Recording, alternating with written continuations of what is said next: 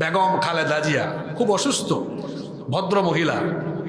আপনারা বলেন তো, বলেন যাদের বয়সও হয়েছে, যাদের বয়স কম, সবাই বলেন এই মহিলার মুখ থেকে আপনারা কোনোদিন আলেমুল আমাকে কটাক্ষ করে বা ইসলামের শান মান খাটো করে বক্তৃতা, বাবা আপনি শুনছেন কোনোদিন? আমার বুঝ হওয়ার পরে আমি শুনি নাই, বরং আমি শুনছি এরকম কথা। ওই বালুর ট্রাকের কাহিনী মনে আছে আপনাদের?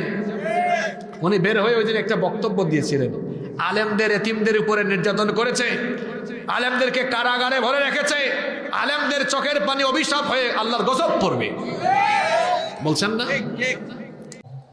তো বেগম খালেদা জি আলেমদেরকে সম্মান করেছেন, এজন্য দেখবেন বাংলাদেশের সব আলেম তার জন্য দোয়া করে।